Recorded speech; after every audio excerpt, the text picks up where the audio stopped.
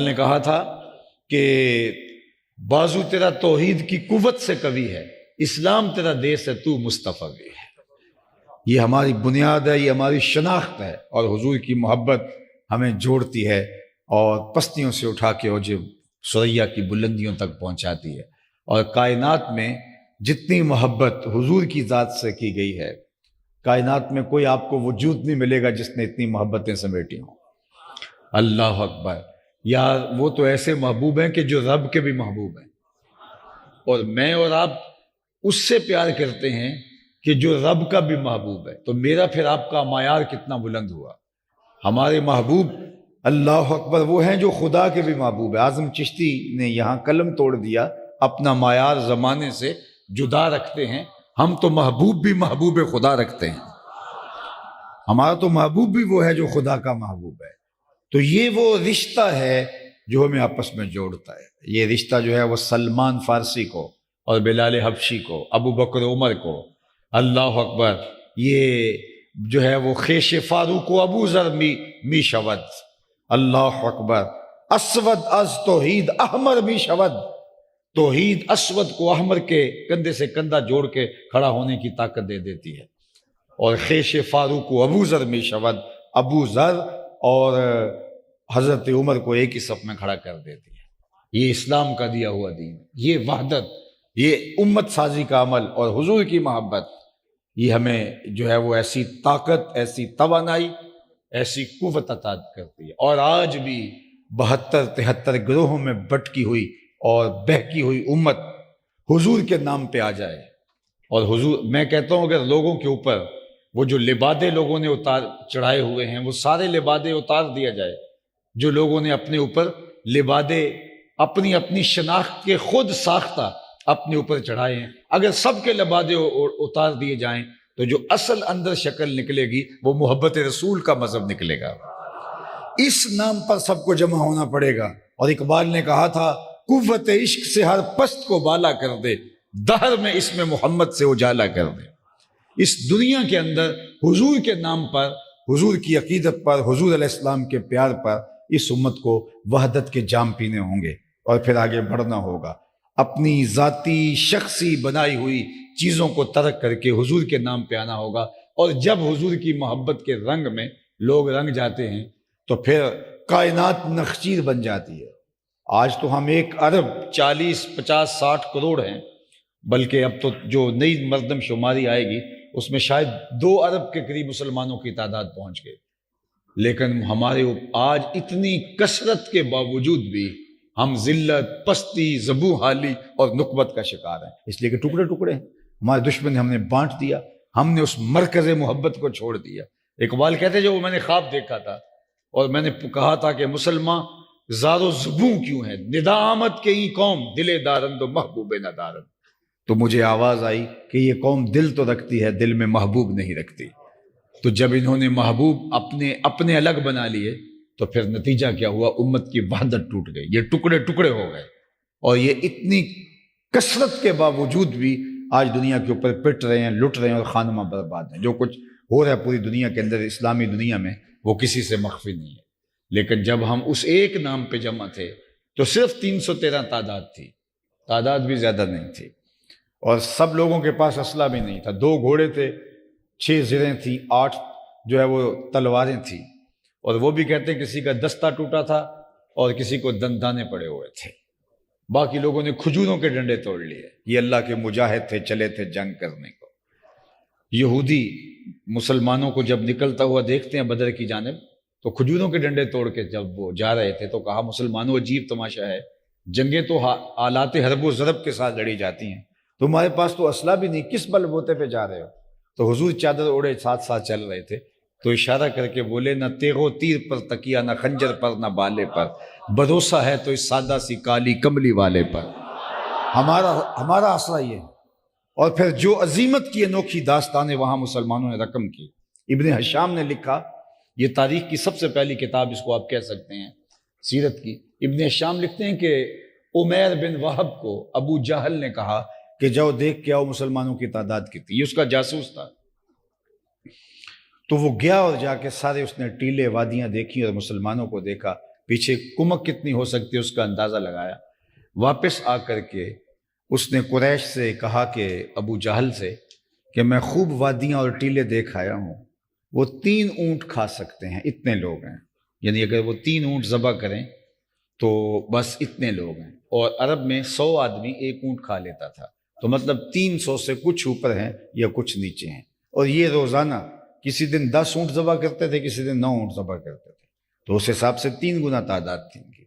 تو ابو جہل نے جب یہ سنا اور اس نے کہا کہ ان کے پاس آلات حرب و ضرب بھی نہیں ہے، بہت تھوڑے سامان ہیں، پیچھے کمک بھی نہیں آ رہی، اور کہا کہ ان کے پیٹ چپکے ہوئے ہیں بھوک کی وجہ سے کمر سے۔ تو جب یہ ساری رپورٹ سنی تو ابو جہل کے لیے تو حوصلہ افزا تھی، وہ کہنے لگا میں پہلے ہی کہتا تھا 360 خداؤں کا ایک خدا مقابلے کیسے کرے گا۔ سنادید قریش کو بلا کے کہا کہ عمیر بن وہب کی رپورٹ سنو۔ تو جب عمیر نے یہ ساری رپورٹ دی تو ابو جہل رونت سے بھرا ہوا بولا صبح لڑائی کی نوبت نہیں آئے گی، میرا مشورہ ہے کہ رسیاں اکٹھی کرو، صبح ان کو پکڑتے جائیں گے اور اونٹوں کے ساتھ ان کی مشقیں کس لیں گے اور جا کے حرم کے آس پاس دیواروں کے ساتھ باندھ دیں گے، دنیا کو دکھائیں گے یہ ایک نیا مذہب آیا تھا۔ صبح لڑائی کی نوبت نہیں آنی، رسیاں اکٹھی کرو۔ جب اس نے رونت سے بھرے یہ جملے کہے تو عمیر بن وہب اس نے کہا میری رپورٹ کا آخری حصہ بھی سن لو، آخری حصہ بھی سن لو۔ اب وہ لفظ میں جو ابن ہشام نے لکھے، اس نے کہا وَلَٰكِنْ رَأَيْتُ يَا مَعْشَرَ قُرَيْشَ الْمَنَايَا تَحْمِلُ الْبَلَايَا، اے قریش کے سرداروں میری پوری رپورٹ سنو، میں اپنی ان آنکھوں سے دیکھ کے آیا ہوں کہ یثرب کی اونٹنیاں اپنی پشتوں پہ نری موتیں اٹھا لائی ہیں، اور تم کہتے ہو کہ رسیاں اکٹھی کرو۔ میری مشاورت ہے کہ رات کی تاریکی میں بھاگ سکتے ہو تو بھاگ جاؤ، ان لوگوں سے لڑنا تمہارے بس کا روگ نہیں جو مرنے کے لیے آئے ہیں، واللہ میں نے دیکھا ہے وہ زخمی سانپوں کی طرح پیچ و تاب کھا رہے ہیں، اور کل ان میں سے کوئی مرے گا نہیں جب تک تم میں سے ایک ایک کو لڑ نہیں جاتا، اور اگر اتنے بندے تمہارے مارے جائیں تو افسوس ہے تمہارے جینے پہ، تم رسیوں کی بات کرتے ہو۔ میرا مشورہ یہ ہے جو منظر دیکھ کے آیا ہے کہ بھاگ جاؤ، اس قوم سے لڑنا تمہارے بس کا روگ نہیں۔ پھر اگلے دن عظیمت کی جو داستانیں اہل ایمان نے رقم کی، میرے رب نے بھی اس دن کو یوم فرقان کہہ کے پکارا، اور آج 1 ارب سے زائد 2 ارب کے قریب مسلمان اور خانمہ برباد۔ اس کائنات ارضی میں 1 انچ جگہ بھی ایسی نہیں ہے جہاں آتش و آہن برس رہا ہو اور وہ کفار کی سرزمین ہو۔ ساری آگ ہمارے اوپر برس رہی ہے، سارا لوہا ہمارے اوپر برس رہا ہے۔ مجھے اور آپ کو سوچنا ہے کہ ہم سے کوئی کوتاہی ضرور ہوئی ہے، ہم سے کوئی غلطی ضرور ہوئی ہے۔ اتنی کثرت کے باوجود ہم ذلت کی اس چکی میں پس گئے ہیں، توڑ کے رکھ دیا یہاں اسرائیل نے، جو ہے وہ ہمارے بھائی فلسطینیوں کو، بچوں کو ذبح کر دیا، اور ہمارے حکمران بیان دینے سے قبل بھی 100 بار سوچتے تھے کوئی تیکھا لفظ نہ لگ جائے جو ان کے مزاج پر بوجھ بن جائے اور ان کو تکلیف کا سبب ہو جائے۔ کہاں گئی ہماری غیرت؟ اصل جب ہم نے اپنے اپنے بت تراش لیے اور وحدت کے نور سے ہم محروم کر دیے گئے تو پھر ذلت ہمارے اوپر مسلط کر دی گئی۔ اللہ تعالیٰ جل شانہ نے جو پچھلی امتوں کے اوپر جو عذاب بھیجے ہیں وہ تو پتھر برستے تھے، وہ تو زمین جو ہے وہ اس طرح سے اپنے اندر سے چیزیں اچھالتی تھی کہ وہ فنا کے گھاٹ اتر جاتے، پہاڑوں کو جو ہے وہ دونوں کو ملا کر پیس دیے جاتے، شکلیں تبدیل ہو جاتی۔ لیکن اس امت میں حضور کا صدقہ ایسا نہیں ہوگا، لیکن اللہ تعالیٰ جل شانہ لوگوں کی گناہوں کی سزا اس دنیا کے اوپر ضرور دے گا، یہ بات ذہن میں رکھیے۔ قیامت کے دن لوگ اپنے اپنا فرد عمل لے کے جائیں گے، لیکن قوموں کے اجتماعی جرم کی سزا اس دنیا پہ ان کو بھگتنی پڑے گی، نکبت کی شکل میں، تشدد کی شکل میں، افتراق کی شکل میں۔ یہ جو 72-73 فرقے بن گئے ہیں یہ خوشی کی بات نہیں ہے، یہ امت ٹوٹی ہے، یہ حضور نے تنکا تنکا کر کے جو امت جوڑی تھی وہ امت ٹوٹی ہے، اور کتنے گروہوں میں بٹ گئی، اور ہر شخص نے جو ہے وہ اپنا نیا قبلہ تراش لیا۔ یہ حضور کے قلب اطہر پر اذیت کا سامان ہے، حضور نے خبر دی ہے اس کی، لیکن یہ خبر حضور کی خوشی کا سامان نہیں ہے۔ یہ بدبختی ہے اس قوم کی کہ انہوں نے حضور کا در چھوڑا تو پھر در بدری کی خاک چھاننے لگے، رسوا ہو گئے۔ اور اللہ تعالیٰ نے پھر ان کو نکبت میں مبتلا کر دیا، رسوائی ان کا مقدر بنا دی۔ قرآن مجید میں اللہ تعالیٰ نے ایک مقام پہ فرمایا وہ اس بات پہ قادر ہے کہ تمہارے اوپر سے عذاب نازل کرے اور تمہارے نیچے سے عذاب نازل کرے۔ حضرت اب باقی مفسرین نے کہا کہ اوپر سے عذاب یہ ہے کہ پتھر برسیں، نیچے سے عذاب یہ ہے کہ زلزلے آئیں یا زمین فصل دینا چھوڑ جائے، یا اوپر سے عذاب جو ہے وہ اور کچھ اللہ کی طرف سے ان کے اوپر ٹوٹے۔ لیکن رئیس المفسرین حضرت عبداللہ ابن عباس رضی اللہ تعالیٰ عنہ فرماتے نہیں، سنیے میں آپ کی توجہ چاہوں گا، عذاب کیا ہے؟ حضرت عبداللہ ابن عباس فرماتے ہیں کہ اوپر کا عذاب یہ ہے کہ تمہارے حکمران نااہل ہوں، اور نیچے کا عذاب یہ ہے تمہاری اولاد نافرمان ہوں۔ یہ اوپر اور نیچے کا عذاب ہے جس میں قومیں جکڑ دی جاتی ہیں۔ آج میں اور آپ دیکھیں کہ ہم کھڑے کہاں ہیں، اور ہم اقبال نے جب شکوے کی زبان کھولی تھی تو لہجہ تلخ ہو گیا، حالانکہ 100 سال پرانی کہانی ہے، اور آج ہم کہاں ہیں، اور آج اقبال ہوتے ان کا دل پھٹ جاتا۔ جب انہوں نے شکوے کی زبان کھولی تو لہجہ تلخ ہو گیا۔ آپ جانتے ہیں فتویٰ بھی متوجہ ہوا تھا، صفائے دہر سے باطل کو مٹایا ہم نے، نو انسان کو غلامی سے چھڑایا ہم نے، تیرے کعبے کو جبینوں سے بسایا ہم نے، تیرے قرآن کو سینوں سے لگایا ہم نے، پھر بھی ہم سے گلہ ہے کہ وفادار نہیں، ہم وفادار نہیں، تو بھی تو دلدار نہیں۔ لہجہ بہت تلخ اور شوخ ہو گیا، لیکن جب جواب آیا تو سارا نشہ اتر گیا۔ اب جواب ادھر سے آ رہا ہے، جواب شکوہ میں وہی لفظ ہیں، صرف صیغہ بدلتا ہے۔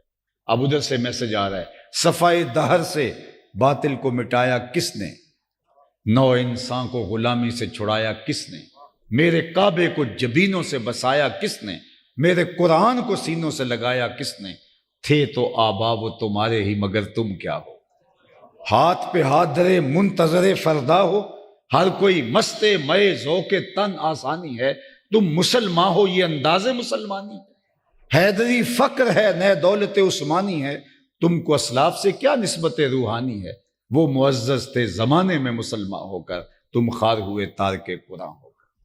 ہماری پستی، ذلت، زبوں حالی اور نکبت کا سبب اس کتاب رحمت کو چھوڑ دینا ہے۔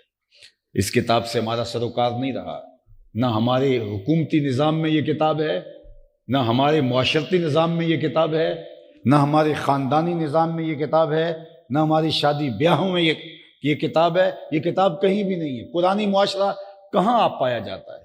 یہ ہماری مشرقی رسوم ہے، یہ ہمارا لا ہے، یہ ہمارے ضابطے ہیں، یہ ہمارا یہ کلچر ہے، یہ ہماری تہذیب ہے۔ تو قرآن کہاں ہے؟ ساری شادی ناچ بھنگڑے سے لے کر کے رسم حنا تک جو سب کچھ ہوا، شریعت کی دھجیاں بکھیر دی، اور بیٹی کو رخصت کرنے لگے تو قرآن کے سائے تلے رخصت کریں گے؟ قرآن اس لیے نازل ہوا تھا۔ جو کچھ کیا تم نے، سب زندگی کے سارے لچھن جو ہے وہ اپنی خواہش کے مطابق گزارے، اور کہا چلو اب مر گیا ہے تو اتنے 100 قرآنوں کا ثواب پہنچائیں گے اس کو، تو اس کو جو ہے وہ برکت اور فائدہ ہوگا۔ میں اس فائدے کا انکار نہیں کر رہا، کیا اس نے یہ ساری زندگی قرآن کے مطابق نہیں گزارنی تھی؟ یہاں اقبال کا لہجہ بھی دیکھیے، ببندے صوفی و ملا اسیری، حیات از حکمت قرآن گیری، با آیاتش ترا کار جزی نیست، کیا زیاسی نے او آساں بمیری۔ تو جاہل صوفی اور کاہل ملا کے ایسے پھندے میں پھنسا کہ تو نے قرآن سے زندگی تلاش نہیں کی، قرآن کی آیتوں سے تجھے صرف اتنا سروکار ہے۔ اقبال کہتا ہے جب تیرے بوڑھے کی روح اٹک گئی، سورہ یاسین لے کے بیٹھ گیا کہ میں اس کو پڑھوں، اس کی روح آسانی سے نکل جائے۔ اقبال کہتے ہیں مجھے کوئی اعتراض نہیں ہے، اس کی روح آسانی سے نکلتی ہے، مجھے اس پہ انکار بھی نہیں ہے، لیکن مجھے افسوس اس بات کا ہوا کہ اس قرآن سے بھی تو نے مرنا ہی سیکھا، کاش قرآن سے جینا سیکھ لیا ہوتا۔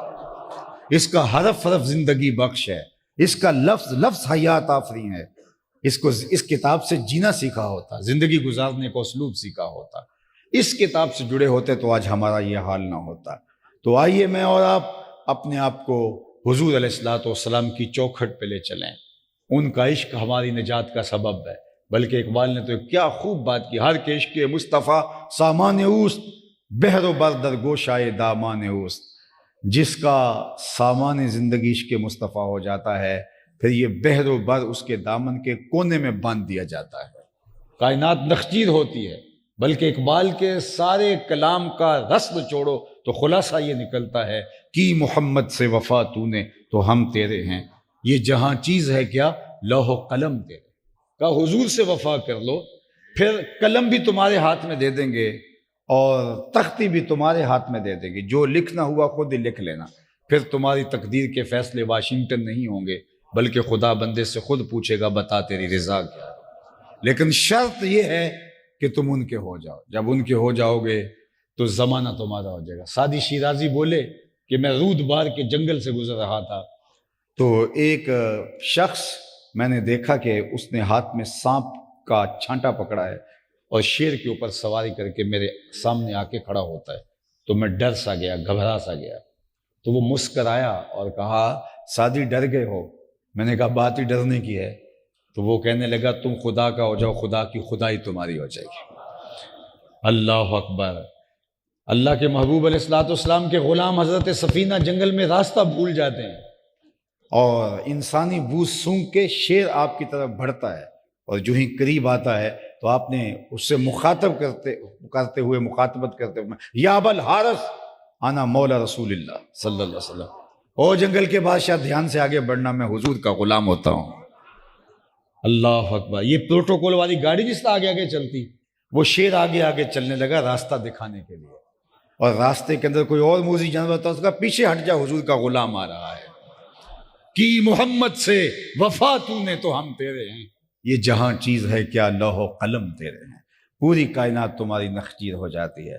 لیکن میں آپ سے یہ کہوں گا کہ ہمارا عشق صرف نعروں تک محدود نہیں ہونا چاہیے۔ میں نعروں کا انکار نہیں کرنے بیٹھا، لیکن ہمارا عشق نعروں تک محدود نہیں ہونا چاہیے، ہمارا عشق عمل سے ہم آہنگ ہونا چاہیے۔ ہمارا عشق صرف محبت کے کچھ مظاہر تک ہی محدود نہیں ہونا چاہیے، بلکہ عشق اپنے تقاضوں کے ساتھ جلوہ گر ہوتا ہے تو پھر اپنے راستے بناتا ہے۔ ایک روایت عرض کر کے اپنی گفتگو کو سمیٹ لیتا ہوں۔ اللہ کے محبوب علیہ السلام نے وضو فرمایا اور وضو کا پانی صحابہ کے ہاتھوں پہ گر رہا ہے۔ کائنات میں کسی نے کوئی ایسا عاشق نہیں دیکھا ہوگا جیسے صحابہ حضور کے عاشق تھے۔ حضور کے وضو کا پانی زمین پہ نہیں گرنے دیتے، بلکہ ایک کہانی یہ بھی موجود ہے کہ حضور نے جو ہے وہ پچنے لگوائے تو خون ایک لگن میں جمع ہو گیا۔ ایک صحابی سے کہا جاؤ ایک ایسی جگہ اس کو ٹھکانے لگاؤ جہاں کسی کے قدم نہ پہنچے، تو وہ گئے اور ایک پتھر کی اوٹ میں بیٹھ کے نوش جاں کر لیا۔ واپس پلٹے تو حضور فرمایا ٹھکانے لگائے ہو؟ جی حضور ایسی جگہ جہاں کسی کے قدم نہیں جا سکتے۔ حضور مسکرا کے بولے لعلک شربت، شاید تم نے پی لیا ہے۔ قال نعم، جی حضور۔ تو آقا کریم ناراض نہیں ہوئے بلکہ فرمایا یا غلام قد حررت نفسک من النار، اے بیٹے تو نے اپنے آپ کو آتش دوزخ سے بچا لیا ہے۔ اب اللہ کے محبوب وضو کرنے بیٹھے اور حضور کے وضو کا پانی زمین پر صحابہ نہیں گرنے دیتے، حضور وہ ان کے ہاتھوں پہ ہوتا ہے اور پھر وہ اپنے منہ پہ مل لیتے، اور جن کو میسر نہیں آتا وہ ان گیلے ہاتھوں سے ہاتھ رگڑ کے اپنے چہروں پہ مل لیتے۔ یہ ایک بار نہیں ہوا، کئی بار ہوا۔ صلح حدیبیہ کے موقع پہ بخاری شریف اٹھائیے، صحابہ حضور کے وضو کو پانی زمین پہ نہیں گرنے دیتے۔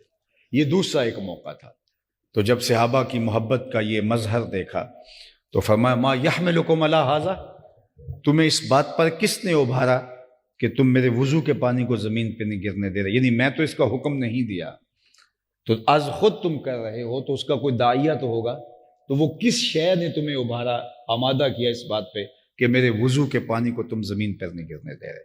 تو صحابہ نے کہا حب اللہ و رسولہ، اللہ اور اس کے رسول کی محبت نے۔ اللہ حضور نے ان کی اس محبت کی نفی نہیں کی، لیکن کہیں محبت یہیں رک کے نہ رہ جائے، حضور نے تاریخی جملہ ارشاد فرمایا جو یہ چاہے کہ اللہ اور اس کے رسول سے محبت کرے، اللہ اور اس کا رسول اس سے محبت کرے، اس کو 3 کام کرنے چاہیے۔ تمہارا یہ عمل کہ تم میرے وضو کے پانی کو زمین پر نہیں گرنے دے رہے مبارک، لیکن کہیں محبت یہی نہ رک جائے، آگے بڑھ ہی نہ پائے۔ فرمایا کہ اس کو 3 کام کرنے چاہیے جو اللہ اس کے رسول سے محبت کرتا ہے اور یہ چاہتا ہے کہ اللہ اس کا رسول مجھ سے بھی محبت کریں، اس کو 3 کام کرنے چاہیے۔ سب سے پہلا کام آقا کریم نے فرمایا جب بولے سچ بولے، اس کی زبان پہ جھوٹ نہیں آنا چاہیے۔ دوسری بات ارشاد فرمائی جب اس کے پاس امانت رکھی جائے تو خیانت نہ کرے، اور تیسری بات ارشاد فرمائی جب کوئی اس کی ہمسائیگی میں آ بسے تو مجاورت کا حق ادا کرے، ہمسائیگی کا حق ادا کرے۔ یعنی تمہاری محبت کہ تم میرے وضو کے پانی کو زمین پہ نہیں گرنے دیتے، یہ اپنی جگہ درست ہے، لیکن کہیں اپنی محبت کے صرف اس دائرے کے اندر ہی ساری زندگی نہ گزارنا اور کہیں حقوق پامال نہ ہو جائیں۔ تو سب سے پہلی بات کہی کہ جب بھی تم میں سے کو بولے سچ بولے۔ مجھے بتائیے کہ حضور کا غلام جھوٹا کیسے ہو سکتا ہے جبکہ ہمارے نبی صادق اور امین تھے؟ کیا میرا اور آپ کا عشق گوارا کرتا ہے کہ میں جھوٹ بولوں؟ میں اس نبی کا ماننے والا ہوں جس کو کافر بھی صادق اور امین کہتے ہیں۔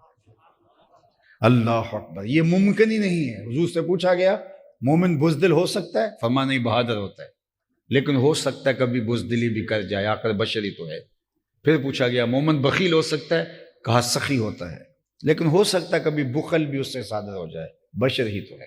بلکہ ایک روایت میں آتا ہے جو اولاد ہے مبخلتن و مجبنتن، اولاد بندے کو تھوڑا تھوڑا بخیل بھی بنا دیتی ہے اور تھوڑا تھوڑا جو ہے وہ بزدل بھی بنا دیتی ہے۔ اولاد نہیں ہوتی تو بندہ بڑا بہادر بھی ہوتا ہے اور شاخرچ بھی ہوتا ہے، لیکن جب اولاد ہوتی ہے تو پھر مشکل جگہ چھلانگ لگانے سے ڈرتا ہے کہ بچے انتظار کر رہے ہیں۔ تو فرمایا اولاد تھوڑا تھوڑا بخیل بنا دیتی ہے اور تھوڑا تھوڑا کنجوس کر دیتی ہے۔ تو کہا مومن سخی ہوتا ہے لیکن ہو سکتا ہے کبھی بخل کر جائے، مومن بہادر ہوتے ہیں لیکن ہو سکتا ہے کبھی بزدلی بھی دکھا جائے، بشری تو ہے۔ تیسرا سوال ہوا مومن جھوٹا ہو سکتا ہے؟ فرمایا جھوٹا نہیں ہو سکتا، یہ نہیں ہو سکتا کہ مومن اور جھوٹا ہو۔ اللہ اکبر۔ اور میں کہتا ہوں، ہمارا تاجر کہتا ہے جناب اگر جھوٹ نہ بولے تو سودا ہی نہیں بکتا۔ میں کہتا ہوں کہ یہ جاپان والے کیسے بیچ لیتے ہیں؟ پوری دنیا آنکھیں بند کے ان کا سودا خریدتی ہے اسی بنیاد پر کہ وہ جھوٹ نہیں بولتے، اور ہم سمجھتے ہیں کہ یہ جھوٹ فن ہے۔ جھوٹ فن نہیں، جھوٹ لعنت ہے۔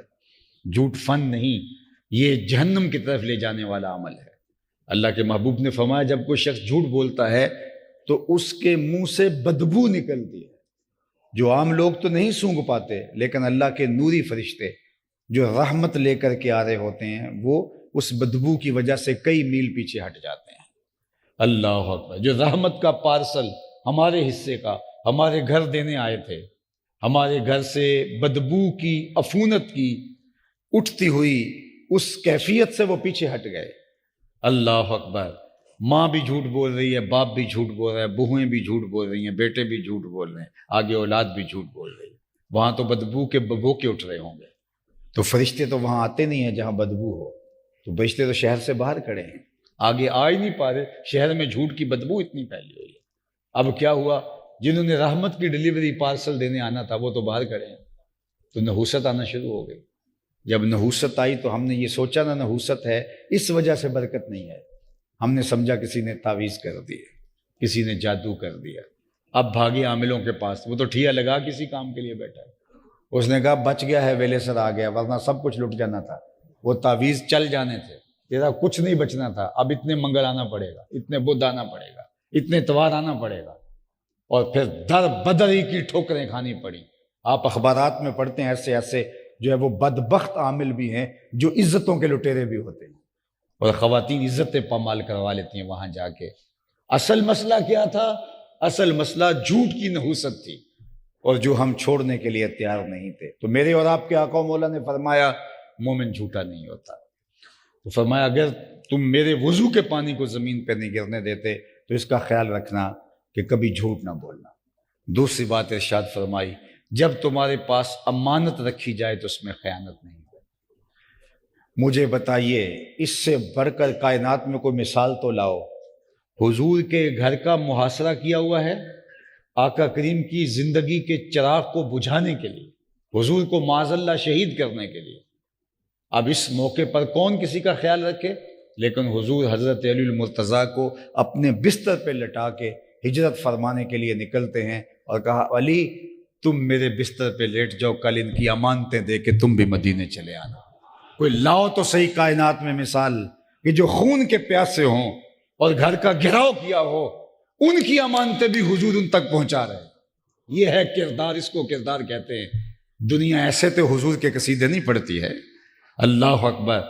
اور بلکہ ذرا دیکھیے ان کو بھی پتا تھا اگر ہم قتل کے در پہ ہیں امانتیں ہماری ضائع اس گھر سے نہیں ہوں گی، تو یہ میرے اور آپ کے بارے میں بھی لوگوں کو یقین ہونا چاہیے کہ کچھ بھی ہو جائے ہماری امانتیں شخص کے پاس سے ضائع نہیں ہوگی، پھر ایمان کی لطافت نصیب ہوگی، پھر محبت رسول کی چاشنی ملے گی، پھر وہ کیفیت نصیب ہوگی۔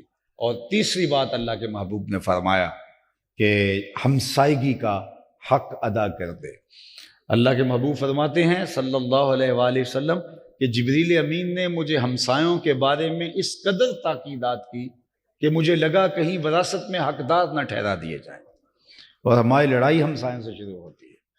ہم اپنے گھر کا کوڑا سمیٹ کے ہمسایوں کے گھر کے قریب کر دیتے ہیں، ہم سمجھتے ہیں یہ کوئی فن ہے۔ یہ کہاں ہم نے دین سیکھا ہے، یہ کہاں سے ہم نے معاشرت لی ہے؟ آج پوری دنیا کہاں چلی گئی؟ کفر کے باوجود انہوں نے اسلامی روایات اختیار کر لی، اور ہمارا اپنا ورثہ ہم اس سے محروم ہو گئے۔ دنیا کہاں سے کہاں چلی گئی۔ ترسم نہ رسی بکعبہ اے رابی کی را کہ تو بی روی بترکستان است۔ سعدی شیرازی بولے کہ اے دیہاتی، مجھے تیری حالت پہ ترس آتا ہے، تو سمجھتا ہے میں کعبے کو جا رہا ہوں، تیرا رخ کعبے کی طرف نہیں ہے، وہ ترکستان کی طرف ہے۔ ہم نے اپنے عمل کو ہی نہیں بدلا، ہمارے رویے، ہمارا طرز زندگی، ہمارا انداز معاشرت اسلام کے بتائے اسلوب کے مطابق ہے نہیں، اور پھر ہم کہتے ہیں کہ برق گرتی ہے تو مسلمان کے کاشانے پہ۔ نہیں میاں، ہم نے اس اسلام کو پریکٹس ہی نہیں کیا، اس اسلام کو اپنے اندر اتارا ہی نہیں۔ جھوٹ ہمارا فن ہے، مکر ہماری زندگی کا حصہ ہے، کسی کا حق غصب کرنا کمال سمجھتے ہیں ہم، کسی کو دھوکہ، مکر، چکر دینا یہ اپنی چالاکی سمجھتے ہیں۔ تو کیا اسلام یہ ہوتا ہے؟ مسلمان کی کیا تعریف کی گئی ہے؟ المسلم من سلم المسلمون من لسانہ و یدہ، یہ سادہ تعریف ہے۔ مسلمان وہ ہوتا ہے جس کے ہاتھ سے، جس کی زبان سے دوسرا مسلمان محفوظ ہے، یہ ہے مسلمان کی تعریف۔ تو ذرا ہم اس تعریف میں اپنے آپ کو دیکھیں۔ ہمیں جو تحیت دیا گیا ہے، تحیت المسلم، وہ کہ السلام علیکم، تو یہ کوئی لفظ نہیں تھوڑا خالی، اس کا مفہوم ہے۔ جب ہم کسی کو کہتے ہیں السلام علیکم تو اس کو ضمانت دیتے ہیں کہ میرے بھائی، میری جانب سے تیرا مال، تیری آبرو، تیری عزت میری جانب سے محفوظ ہے، میں تجھے سلامتی کی ضمانت دیتا ہوں۔ السلام علیکم، میری طرف سے تو بے فکر ہو جا، میری طرف سے تجھے کوئی غضب نہیں پہنچ سکتا۔ اور وہ آگے سے کہتا ہے وعلیکم السلام، اگر تو میرے بارے یہ جذبات رکھتا ہے تو آج کے بعد یہ طے ہوا کہ تیری عزت، تیری آبرو، تیرا مال میری طرف سے محفوظ ہے۔ یہ ہمیں کہا گیا افشوا السلام، سلام کو پھیلاؤ، اور صرف لفظوں کو نہیں، اس کے مفہوم کو پھیلاؤ۔ جب ہم السلام علیکم کسی کو کہہ دیا، اس کو ضمانت دے دی۔ ہارون رشید کے زمانے کے اندر ایک قیدی کو سزائے موت ہو گئی، تو اس کو کہا کوئی آخری آرزو؟ کہا میں بادشاہ وقت سے ملنا چاہتا ہوں۔ ٹھیک ہے، آرزو پوری کی جائے۔ بادشاہ کو بتایا گیا، کہا لے آؤ دربار میں۔ جب دربار لگا اس کو بھی لے آئے، اس نے داخل ہوتے کہا السلام علیکم، بادشاہ نے کہا وعلیکم السلام۔ چلا اب اس کو لے جاؤ، میں اس کی آرزو پوری ہو گئی۔ جلاد پکڑنے لگے، اس نے جلادوں کا تم مجھے قتل نہیں کر سکتے۔ کہا کیوں؟ کہا بادشاہ سلامت نے مجھے امان دے دی، سلامتی دے دی۔ بادشاہ نے کہا میں نے کب دیا؟ کہا وعلیکم السلام نہیں کہا آپ نے؟ تو بادشاہ مسکرانے لگا، کہا اس کو آزاد کر دو۔ تو یہ سلامتی ہے، جب کہتے ہیں یہ تحیت المسلم ہے، تو ہم السلام علیکم بھی لیتے رہیں اور جڑے بھی کاٹتے رہیں، تو پھر لفظ کچھ اور بول رہے ہیں، عمل کچھ اور بول رہا ہے۔ یہ منافقت ہے۔ ہمیں اسلام کو پریکٹس کرنا چاہیے جو اسلام ہمیں بتاتا ہے۔ اتنا ستھرا پاکیزہ معاشرہ ترتیب پائے۔ ہم اس جنت کی آرزو تو رکھتے ہیں، اس دنیا کو جنت بنانے کی کوشش نہیں کرتے۔ اس دنیا کو ہم نے ایک دوسرے کے لیے جہنم بنایا ہوا ہے، اور اس جنت کی آرزو کرتے ہیں۔ اس دنیا کو جنت بنانا پڑے گا تاکہ اس جنت کے حقدار ہوں۔ اللہ اکبر۔ جنت کی تعریف کیا ہے؟ جنت کسے کہتے ہیں؟ ہمارے مولوی صاحب تو جنت کا ذکر کرتے ہی سیدھا جا کے بات ہی حور پہ لے کے آتے ہیں، اس سے پہلے وہ کھڑے ہی نہیں ہوتے۔ اقبال نے کہا تھا کہ امید حور نے سب کچھ سکھا رکھا ہے واعظ کو، یہ حضرت دیکھنے میں سیدھے سادے بھولے بھالے ہیں۔ تو جنت کا تذکرہ اور ساتھ ہی حور کو جوڑ دیا۔ میں حور کے وجود کا منکر نہیں ہوں، لیکن میں کہتا ہوں جنت کے اللہ نے اور بھی نقشے بیان کیے، کبھی وہ تو بھی بیان کرو۔ جنت کا ایک نقشہ اللہ نے قرآن میں یہ بیان کیا، ذرا سنیے۔ لا یسمعون فیہا لغوا ولا تاثیما، جنت ایسا مقام ہے جہاں آپ کو ایسی بات سننے کو بھی نہیں ملے گی جو آپ کی سماعتوں کے اوپر بھی بوجھ ہو۔ تو کیا ہم اس دنیا کو جنت نہیں بنا سکتے کہ ہمارا وجود لوگوں کے لیے سامان راحت بن جائے، ایک صالح پاکیزہ معاشرت ترتیب پا جائے۔ یہاں باہر بھی لوگ موجود ہیں، یہاں بھی موجود ہیں، مجھے یہ اندازہ نہیں کہ یہ پیر محل کی آبادی کتنی ہے، لیکن یہ مجھے اندازہ ہے کہ یہ آبادی کا 2%، 3%، 4%، 5% لوگ ہوں گے، یعنی 95% یہاں موجود نہیں ہیں، بہت بھی زیادہ ہوئے تو 5% لوگ موجود ہیں۔ اور یہ 5% صرف جو یہاں موجود ہیں، میں باقی 95% کی بات نہیں کر رہا، اگر یہ عزم کر کے اٹھیں کہ آج کے بعد جھوٹ نہیں ہوگا، آج کے بعد دھوکہ نہیں ہوگا، آج کے بعد ہم کسی کو اذیت نہیں دیں گے، تو 95% لوگ تو یہاں نہیں آئے، صرف یہ 5% یہاں عزم کر کے چلے جائیں، اور عزم وہ نہیں کہ زبان سے، دل سے عزم اور صبح سے عمل، تو آپ چند ہفتوں کے اندر دیکھیے آپ کا شہر بدلہ بدلہ دکھائی دے گا۔ لیکن اگر ہمارا مقصد تقریر کا تلذذ سمیع حاصل کرنا ہے، سماعت کا لطف لینا ہے، تو وہ تو ہم جب سے ہوش سنبھالی ہے لیتے آئے ہیں اور لیتے رہیں گے۔ تقریروں کے نمبر بھی لگتے ہیں، آج اتنی اچھی تقریر ہوئی، آج اس سے اچھی تقریر ہوئی۔ تو یہ صاحب، یہ تقریر، یہ واعظ خطبے ایسے نہیں ہوتے، یہ عمل کے لیے ہوتے ہیں۔ صحابہ 10 آیتیں پڑھتے تھے حضور سے، اگلی 10 تب پڑھتے تھے جب ان پہلی 10 پہ عمل ہو جاتا تھا۔ تو مجھے اور آپ کو ان 3 باتوں پہ عمل کرنا ہوگا، ابتداءً اس سے آگے بڑھنا ہوگا کہ زندگی میں کبھی جھوٹ نہیں بولنا، چاہے اس کی کوئی بھی قیمت ادا کرنی پڑے۔ اور دوسری بات، ہم کبھی بھی امانت میں خیانت نہیں کریں گے، اور امانت کا مفہوم بہت زیادہ وسیع ہے۔ اور تیسرا، ہمسائیگی سے معاشرہ شروع ہوتا ہے، اور ایک شخص کا ہمسایہ 40 گھر میں جو آس پاس کے ہیں اس کا ہمسایہ ہوتا ہے۔